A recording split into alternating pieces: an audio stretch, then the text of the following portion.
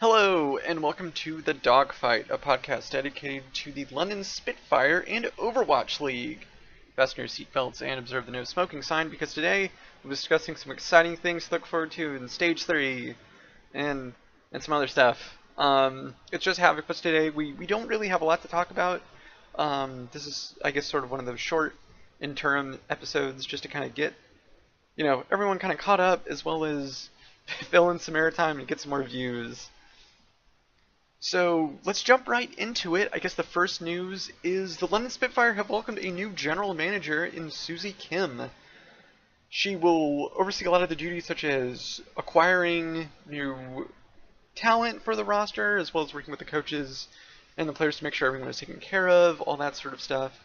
She is a pretty well-known name in esports. She's been in a few other scenes. I think from what I've read, she was in StarCraft for a little while.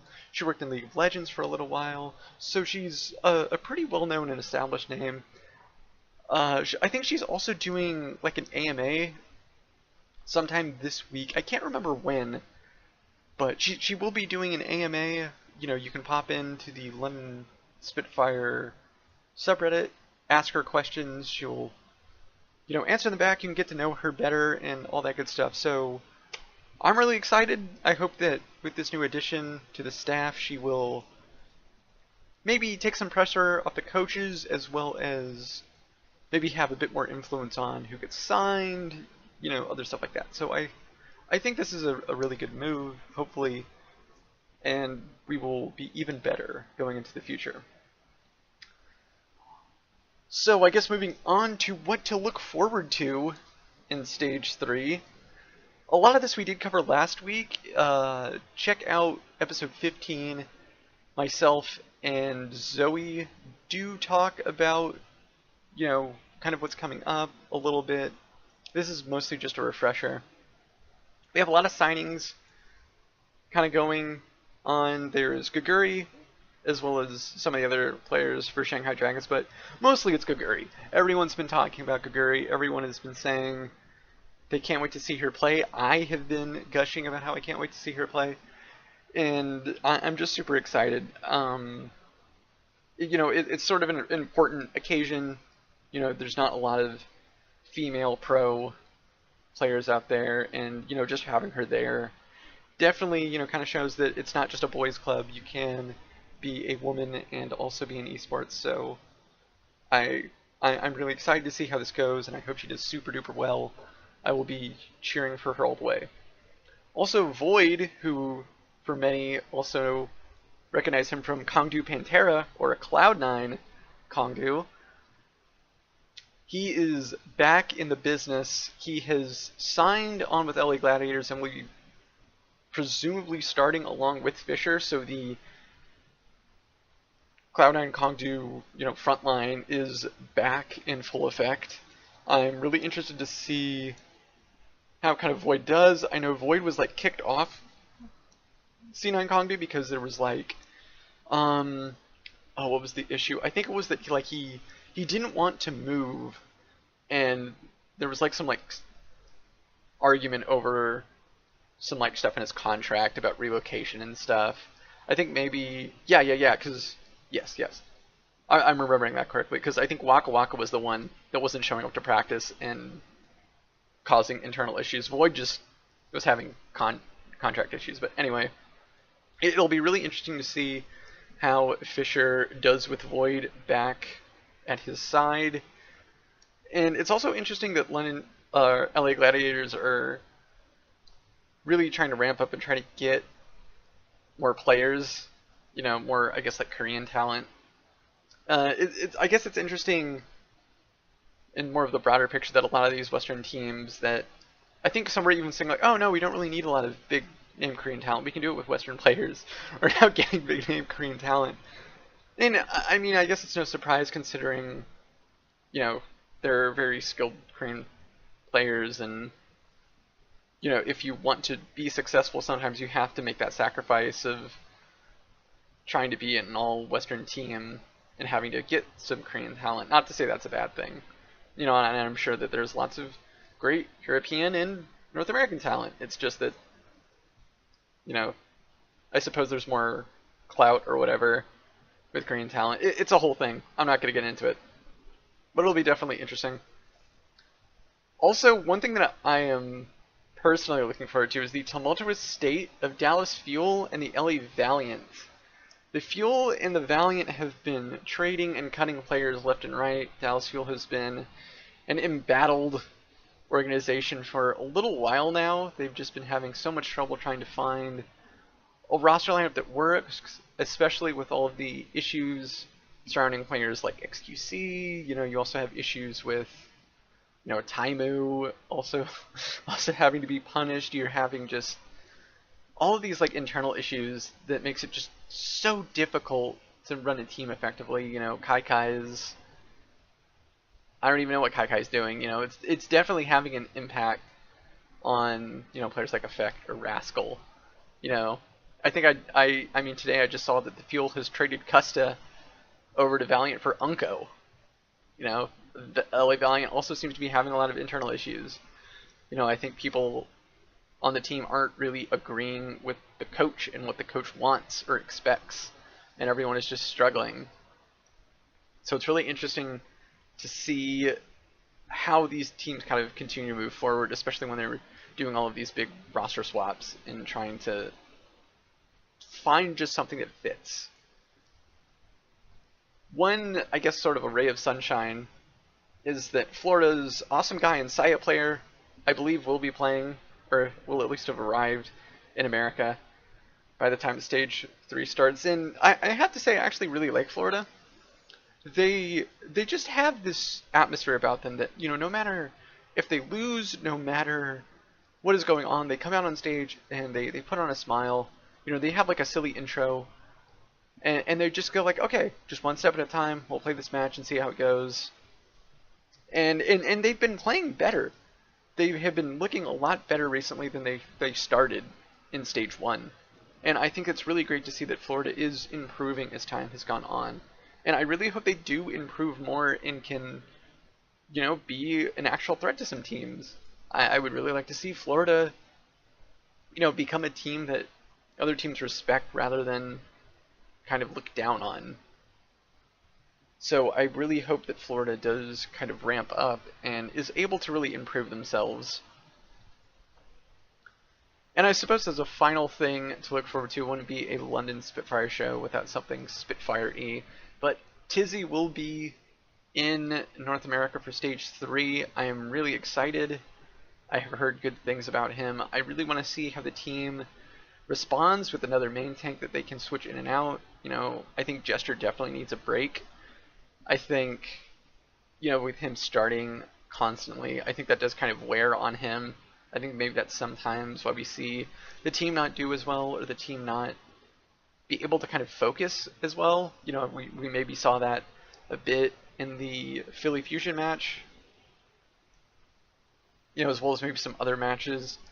I think that Tizzy will bring a lot just in a new perspective on things, a new perspective on how to approach the main tank role. And I've said this all before, but I think Tizzy will be great, and he will bring greatness with him. I'm very excited. But moving on, we do have some match results. The British Hurricanes, our EU contenders team, is still going. They actually have a couple matches last week. They played against Orglis in Hungary.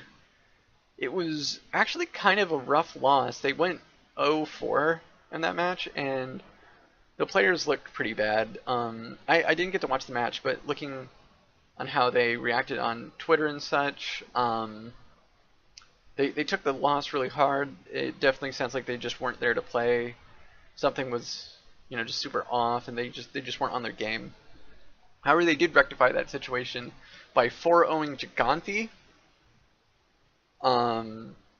Again, I wasn't able to watch, but they 4-0'd them. It looked like they were having a lot of fun. It looked like they were just really focused and just, really looking to bounce back after such a hard loss. So I'm really glad that they were able to bounce back. I hope that they continue to play super well in the remainder of the Contenders season. Hopefully, lots of good things will come to them. Now, moving on to match previews. So, London will be playing our nemeses, the Houston Outlaws and NYXL.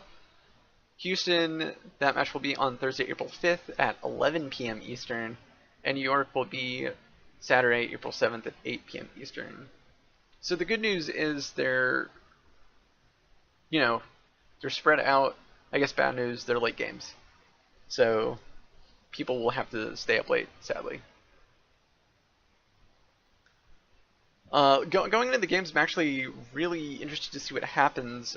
Houston has been struggling a bit. Definitely in the tracer department, there have been countless memes on how Houston needs a tracer player. I think they did sign someone recently. He started with an A. I can't remember, but he might add something to that tracer role that Jake or Clockwork or Linkser haven't been able to really fill. We don't know. But I think also it will definitely be a tough match because we've played Houston before, and they have beaten us a couple times, and it's mostly because they play a very sort of defensive kind of counter dive playstyle that really hurts London. London likes to dive. They like to do the dive a lot. They're an all-Korean roster. All-Korean, teams love the meta. They love to just dive whenever they can. And since Houston is sort of the anti-dive team, they're like, yes, please dive. They've beaten us a couple times because we have allowed them to play their game instead of doing something to better counteract it. So I think if London continues to kind of do that and not play smarter against Houston, maybe because they keep underestimating them, I don't know. But I think if they continue to not play smart around Houston, it will definitely kind of be their undoing. They need to play smart. They need to recognize that, hey, you need to play smart around Houston, and you need to come up with a game plan, specific enough that it will stop them in what they're doing. As for the NYXL, I think it'll be a super tough one. I mean, NYXL has only lost twice, I believe, and twice of those have been us, but they were super close games in both times. And I guess the question is, can we do it again? I think London definitely needs to be on one of those, London days and not be on and not, play off or be off your game. I think that if we are able to utilize our roster well, and if we are able to, show up and, not get in our heads about things, I think London can beat them. I'm not going to say should, because New York XL is super duper tough, but I think we can beat them. It's very realistic. That being said, I think London does need to find their consistency a bit more. Sometimes you're losing to matches to teams you either shouldn't lose to, or you lost because you underestimated them and you just weren't prepared. So if London can be prepared, I think they can beat Houston, and I think they can beat New York. But only time will tell. It's going to be super difficult, I think, especially when I think they're bringing in like Blizzard World and maybe a couple other maps. I'm not sure, but they're jumbling up the map pool again, and that makes it just as difficult as before, I guess. But it should be super exciting. I'm really looking forward to the start of Stage 3. There's going to be a lot of fun stuff happening. And I look forward to it, but I mean, that's honestly it. I apologize for the short episode. It was just, well, I guess one, there wasn't enough people to really find, and also two, there really wasn't a lot of news besides the signing of a new GM and maybe some British Hurricane stuff. There really wasn't that much to talk about. So I thought it best to just do a nice snappy little episode, get everyone filled in and prepared for Stage 3. So please put your tray table up and return your seats to their full upright positions because we're coming in for a landing. And thank you for listening to this. I hope you enjoyed it, and I will see you in the sky real soon.